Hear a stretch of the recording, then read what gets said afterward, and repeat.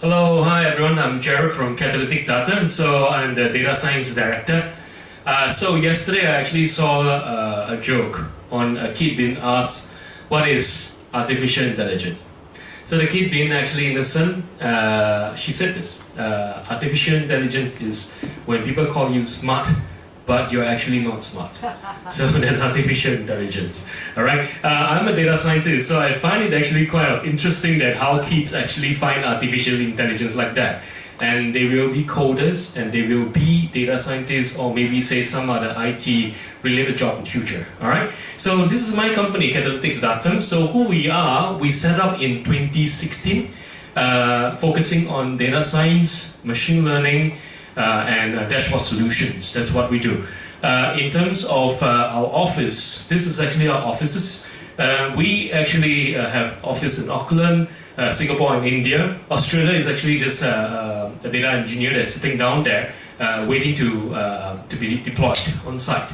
Okay? All right? He's a cloud engineer. All right? So basically, these are actually our partners. And this is actually the sectors that we focus on, basically in retail, e-commerce, hotel, and logistic. Yeah, but data science can do all sectors. It's just that we want to focus on some sectors itself. Right? Now, these are actually our analytics as a stack in terms of service. In short, customer analytics, marketing analytics, digital and social media analytics, and also supply chain or optimization. All right? Yeah.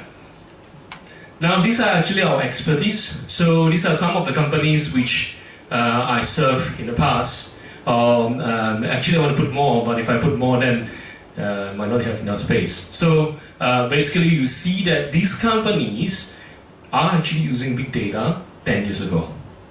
Some of them are actually having machine learning models there, which we built and run accurately for 3 years. All right? And these are actually companies that you can see there's a variant there, there's actually retail, there's actually government sectors, there's actually MVPC for your information is actually a charity organization on volunteers. EDB is there, and there's hospital as well, and there's MINDEF, which we actually profile soldiers or something. All right, so that's actually our expertise. And this is actually our team. So basically, we have SC as the CEO. I'm actually a data scientist director, and then Mike Global is a chief marketing officer. Both SC and me actually met in Newson, and we've been actually in this line for 14 years. And we have machine learning models running live in Fortune 500 companies. SC is actually an engineer and also a social media listener, other than being a data scientist. Okay. So this is actually our team structure. So in Singapore, it's just me. In Auckland is Mike Global, and then Francisco is actually under him. In India itself, we have the tech team and business team. Tech team itself, Reddy, Rabia, and Sumitro. All of them actually have at least 10 years experience in this line. And then they are data scientists as well. So any one of us can actually sit in a company for a senior management role, but we come together to actually try to help companies. Yeah. And the topic that I'm going to actually explain today is customer observer. All right. So I come with different topics every day that I present here, but today I'm just going to tell you a research framework that you can use in your company, most probably. All right. So what is actually a customer observer? So basically it splits into 3 different areas. Now, number 1 is to segment your customer, number 2 is to profile, number 3 is to find out what's the next 3 product to sell to your customer. All right? And then in terms of segmenter, we have, yes, an entire group of customer, but we can actually segment them into premium, at risk, and paid customer. All right, non-active. How do we actually do this? It's based on how recent, how frequent, and how much you purchase. If you know your customer well, you know that they are actually purchasing recently, frequently, and a lot. Those are the premium. But if you know that they are purchasing frequently, a lot, but you see that they only buy from you like a month ago, this is actually customer which are likely to go to your competitor. All right, and this should actually struck a warning there maybe you want to give your discount from the premium to the at risk so that you can salvage them before they go to a competitor.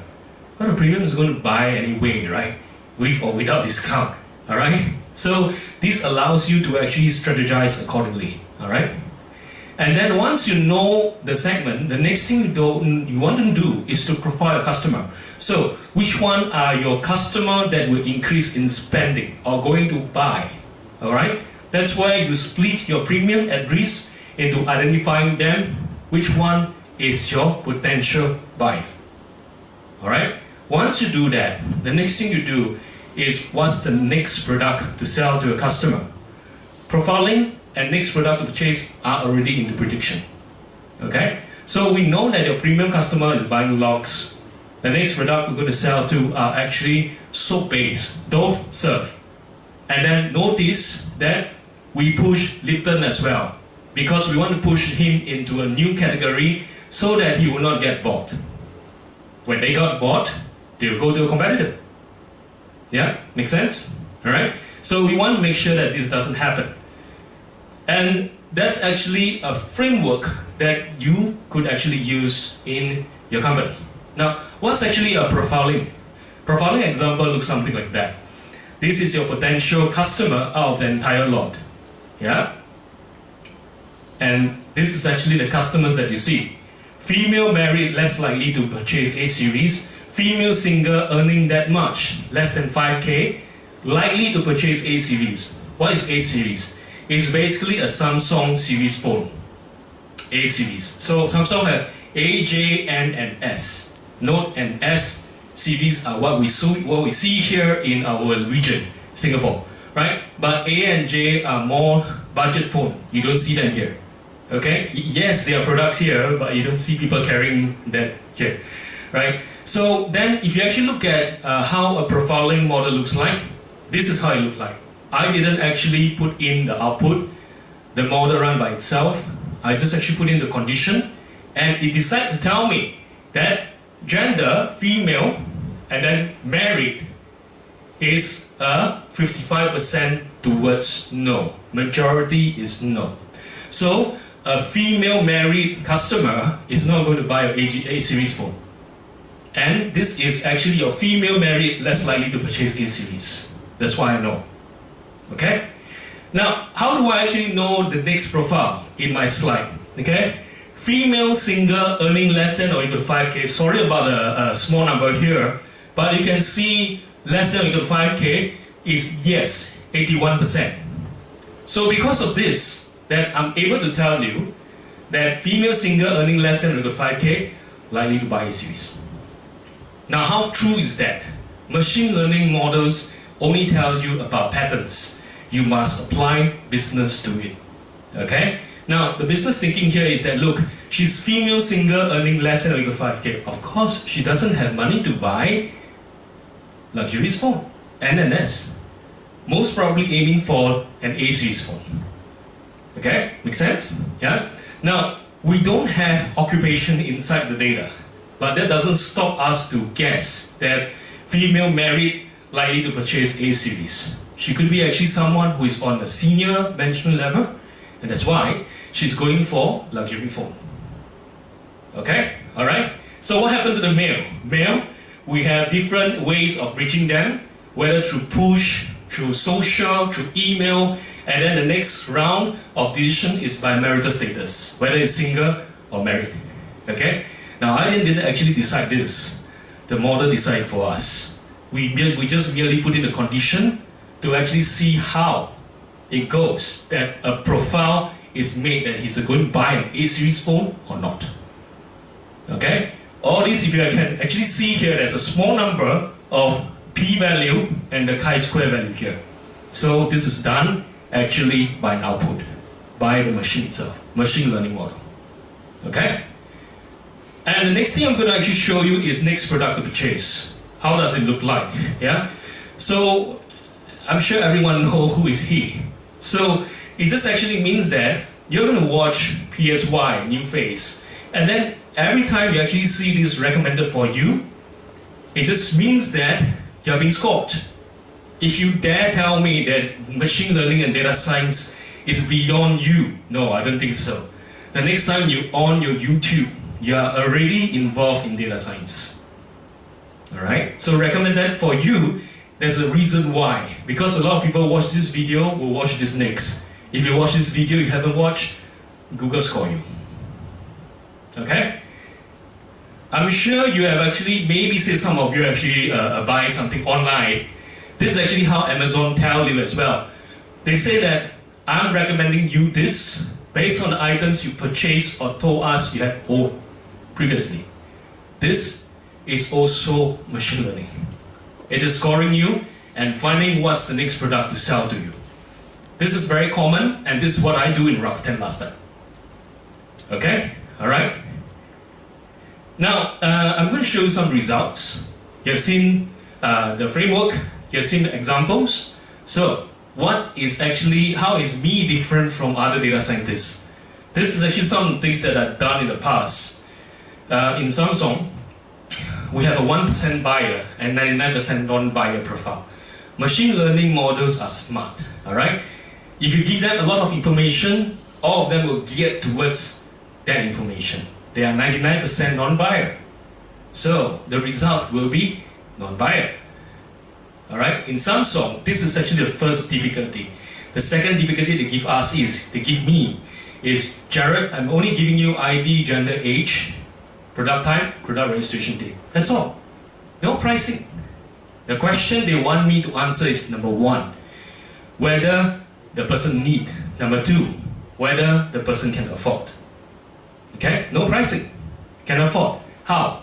Okay. What I did was, there's product type, right? I go and find the number of N, S, A, and J series the person purchased.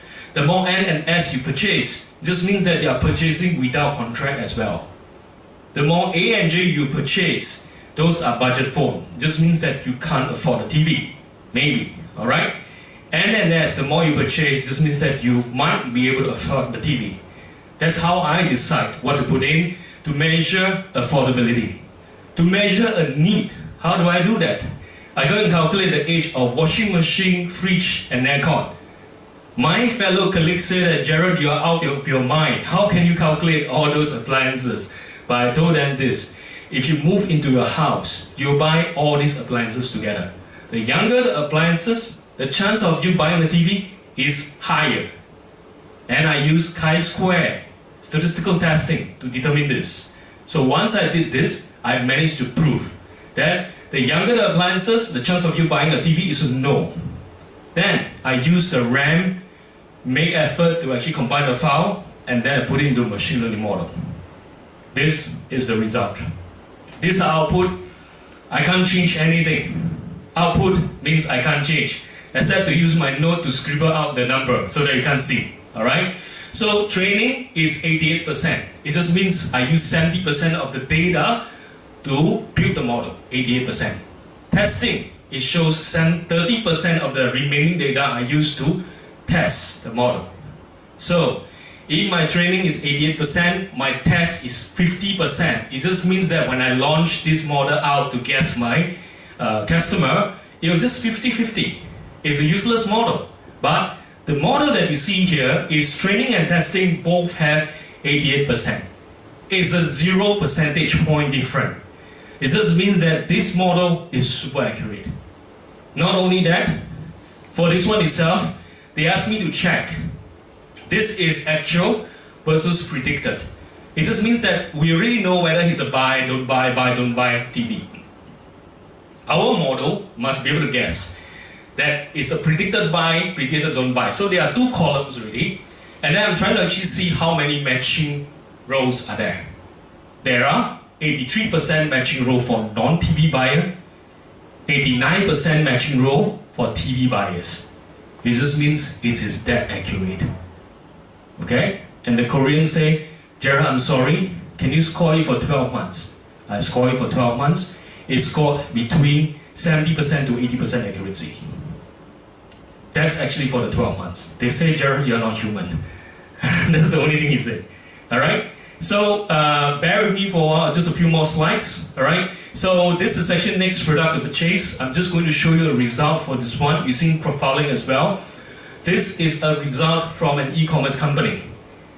The owner actually don't believe in prediction model.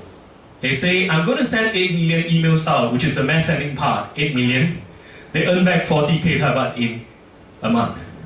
Alright? Effort is just the sales divided by the email, which is 0.005 cents per email sent out. For me, I start in August, I start sending all the way until March. It's 88k emails sent out for that first month, earn back 74k, which is twice of theirs, almost twice. Alright? During the Thai protest, December 2013 Thai protest period, 316 emails sent out, 483k earned back. That is 10 times of theirs. And the CEO finally gave in, he said that, Jarrod, look, if we follow our structure, mass sending, 40k times 12 is just 1 month of your earning. Mine, on average, is 100k times 12 is 1.2 mil. That's how much I actually increase in terms of their ROI. Okay? Alright? Now, they only give me 20k customers to play around. So I asked the CEO, if you give me 2 million customers, what will happen? I'm actually asking the CEO, would you like to retire young? That's all. Alright? So this is actually next product to purchase. This is my company information. I stationed in Singapore. Yeah? And that's my contact. And I think this is the last slide. Yeah, that's right. So feel free to scan. That's my WeChat. And then also please feel free to contact me as well. Thank you so much. I'm Jarrod from Catalytic Startup.